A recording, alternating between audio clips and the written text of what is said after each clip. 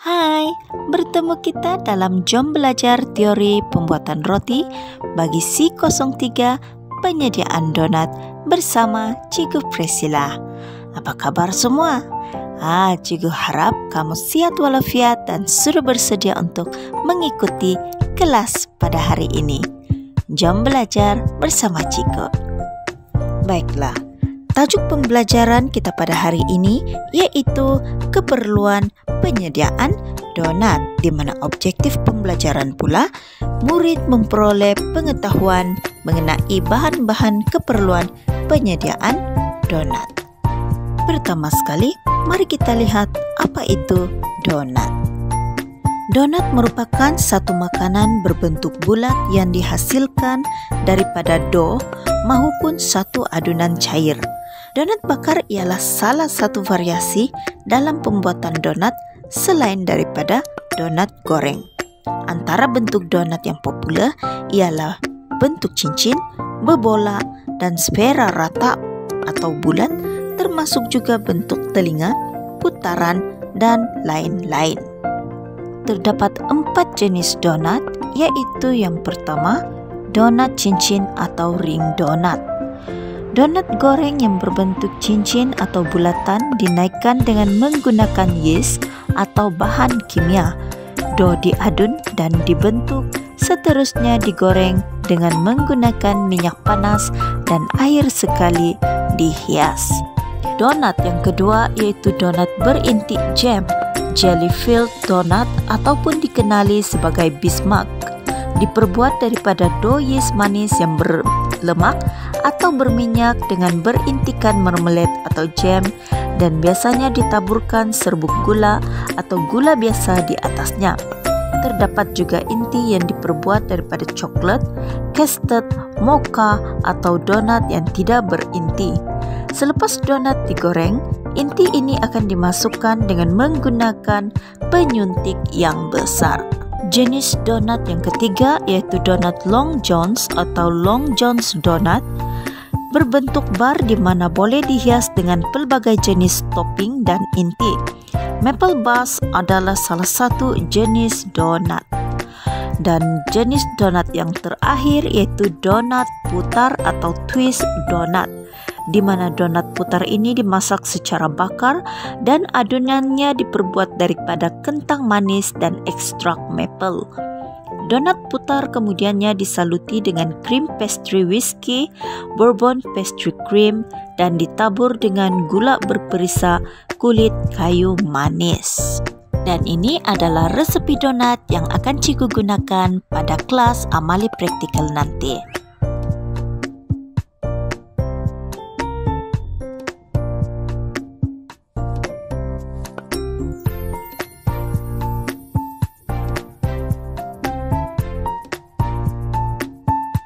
Seterusnya yaitu aliran kerja penyediaan donat. Aliran kerja penyediaan dicadangkan untuk meningkatkan kepuasan pelanggan. Banyak masalah yang dihadapi sekiranya tidak mematuhi aliran kerja yang lengkap.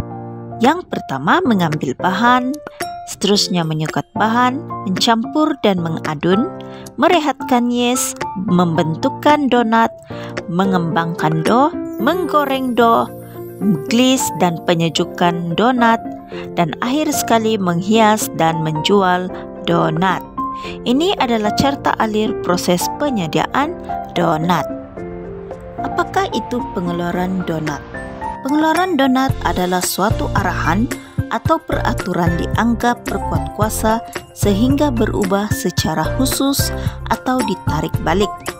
Satu permintaan yang dibuat sekali atau pencapaian berkala.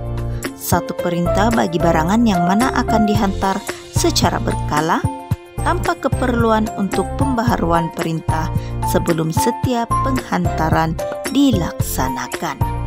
Permintaan atau standing order adalah kuantiti yang dikehendaki bagi satu item yang diberi perlu ditentukan dengan teliti setiap kali pesanan dibuat dalam piawaian ukuran standar. Berat dan saiz haruslah selaras dengan kualiti sesetengah produk.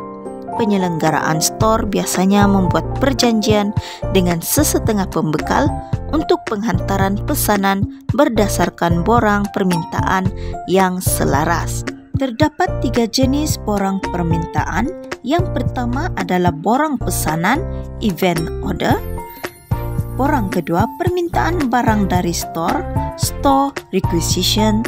Dan borang yang ketiga yaitu pemindahan antara dapur atau pemindahan antara bar, inter-kitchen transfer atau inter-bar transfer.